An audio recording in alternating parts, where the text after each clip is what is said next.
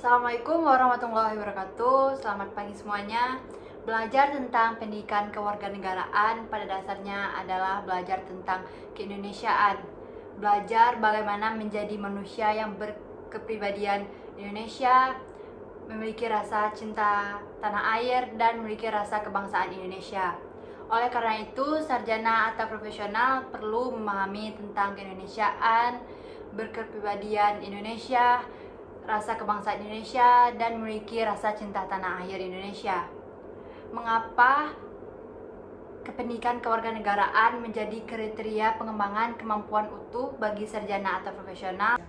Nah, di sini kami dari kelompok 1 yang beranggotakan dengan saya sendiri Cici Permata dengan NIM G1D1222202, dan di sebelah Saya Naila Nur Aziza Helmi dengan NIM G1D1221195, dan di sebelah saya Uni Azira dengan NIM G1D1221181, dan di sebelah Saya Mutia Fauzia dengan NIM G1D1222218, dan di sebelah saya Gilang Yedi Kurniawan dengan NIM G1D1221189. kami akan mempresentasikan hasil diskusi kami tentang bagaimana hakikat pendidikan kewarganegaraan dalam mengembangkan kemampuan utuh sarjana atau profesional. Poin A, menelusuri konsep dan urgensi pendidikan. Kewarganegaraan dalam pencerdasan kehidupan bangsa, paham Undang-Undang Republik Indonesia Nomor 12 Tahun 2012 tentang pendidikan tinggi. Program sarjana merupakan jenjang pendidikan akademik bagi lulusan pendidikan menengah atau sederajat, sehingga mampu mengamalkan ilmu pengetahuan dan teknologi melalui penalaran ilmiah. Konsep warga negara Indonesia adalah warga negara dalam arti modern, bukan warga negara seperti pada zaman Yunani kuno yang hanya meliputi angkatan perang, artis, dan ilmuwan atau filsuf. Menurut Muhammad Nu'man Somantri, pendidikan kewarganegaraan adalah program pendidikan yang berintikan demokrasi politik yang diperluas dengan sumber-sumber pengetahuan lainnya. Pengaruh-pengaruh positif dari pendidikan, sekolah, masyarakat, dan orang tua, yang kesemuanya itu diproses guna melatih para siswa untuk berpikir kritis, analitis, bersikap, dan bertindak demokratis. Untuk materi selanjutnya akan disampaikan oleh Naila Nur Azizah. Baiklah, di sini saya akan melanjutkan poin B, yaitu menanya alasan mengapa.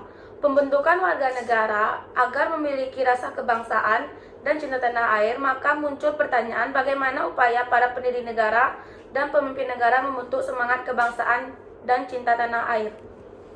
Poin C, menggali sumber historis, sosiologis, dan politik tentang pendidikan di Indonesia.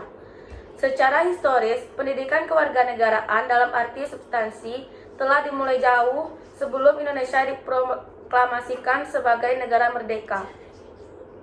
Dahulu, musuh itu jelas, penjajah yang tidak memberikan ruang untuk mendapatkan keadilan kemanusiaan yang sama bagi warga negara. Kini, musuh bukan dari luar negeri, tapi dari negara sendiri. Korupsi yang merajalela, ketidakadilan, pelanggaran HAM, kemiskinan, ketidakmerataan ekonomi, penyalahgunaan kekuasaan, dan tidak menghormati harkat dan martabat orang lain, suap menyuap, dan lain sebagainya. Dari pernyataan ini, tampak bahwa proses perjuangan untuk menjaga eksistensi negara bangsa mencapai tujuan nasional sesuai cita-cita para pendiri negara bangsa atau the founding fathers. Baiklah, selanjutnya akan dibacakan oleh Uni Azira. Baiklah, saya di sini akan melanjutkan poin D, yaitu membangun argumen tentang dinamika dan tantangan pendidikan kewarganegaraan, dinamika pendidikan Pancasila. Apa itu dinamika pendidikan Pancasila?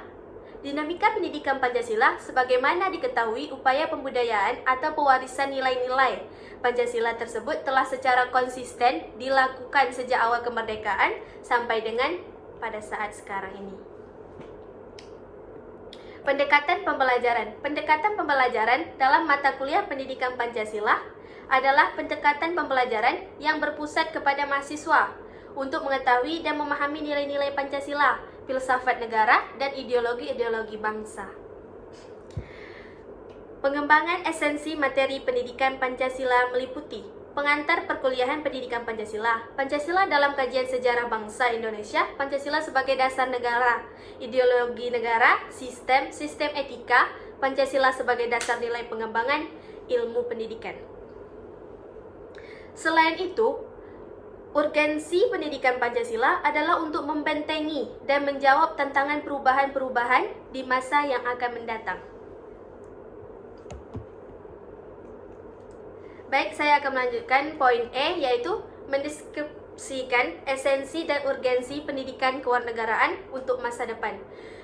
Berikut ini urgensi dan manfaat pendidikan Pancasila untuk masa depan bangsa dan negara, yaitu urgensi adalah kondisi saat ini di mana era globalisasi yang semakin pesat tidak dapat terbendung lagi. Maka jika tidak dibekali dengan pendidikan Pancasila, maka bangsa Indonesia tidak akan memiliki karakter karena dampak globalisasi tadi yang semakin berkembang sesuai dengan perkembangan zaman yang semakin canggih saat ini. Baiklah, saya serahkan ke teman saya selanjutnya yang akan melanjutkan materi, yaitu Mutia Fauzia. Baiklah, saya akan melanjutkan materi selanjutnya, yaitu manfaat dari pendidikan Pancasila untuk masa depan bangsa adalah menanamkan falsafah Pancasila sebagai tolak ukur dalam kehidupan berbangsa dan bernegara, membuat bangsa Indonesia memiliki karakter Pancasila, mempererat persatuan dan kesatuan bangsa. Urgensi pendidikan Pancasila di perguruan tinggi yaitu agar mahasiswa tidak tercerabut dari akar budayanya sendiri dan agar mahasiswa memiliki pedoman atau kaidah penuntun dalam berpikir dan bertindak dalam kehidupan sehari-hari dengan berlandaskan nilai-nilai Pancasila. Poin ke F yaitu rangkuman hakikat dan pentingnya pendidikan kewarganegaraan. 1. Secara etimologis, pendidikan kewarganegaraan berasal dari kata pendidikan dan kata kewarganegaraan. Pendidikan berarti usaha sadar dan terencana untuk mewujudkan suasana belajar. Yang kedua, yaitu secara yuridis, pendidikan kewarganegaraan dimaksudkan untuk membentuk peserta didik menjadi manusia yang memiliki rasa kebangsaan dan cinta tanah air. Materi selanjutnya akan disampaikan oleh Gilang Egy Kurniawan.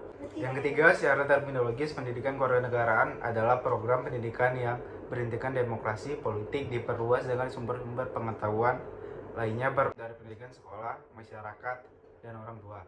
Yang keempat, negara perlu menyelenggarakan pendidikan kewarganegaraan karena setiap generasi adalah orang baru yang harus mendapat pengetahuan, sikap, nilai, dan keterampilan agar mampu mengembangkan warga negara yang memiliki watak atau karakter baik dan cerdas.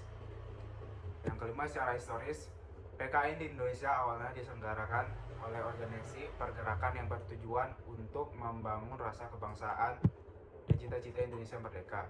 Yang keenam, kewarganegaraan. Yang keenam, saya ulangi, pendidikan kewarganegaraan senantiasa menghadapi dinamika perubahan dalam sistem ketatanegaraan dan pemerintahan serta tantangan kehidupan bangsa dan bernegara.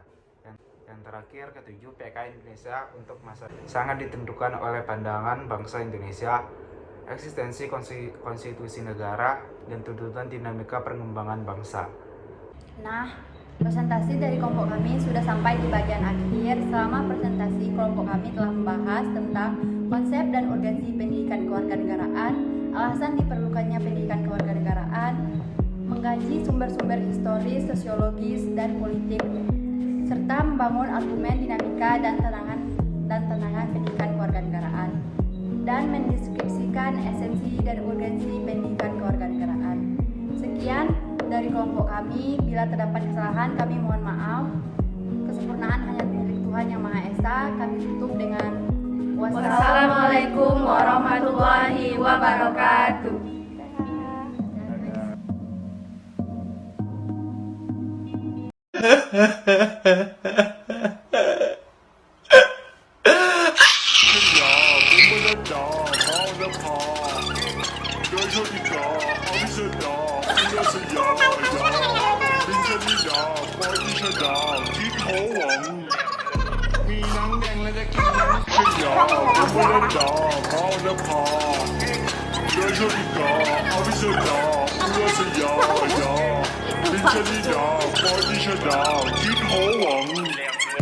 มีหนังแดงและจะกินหนังส้วม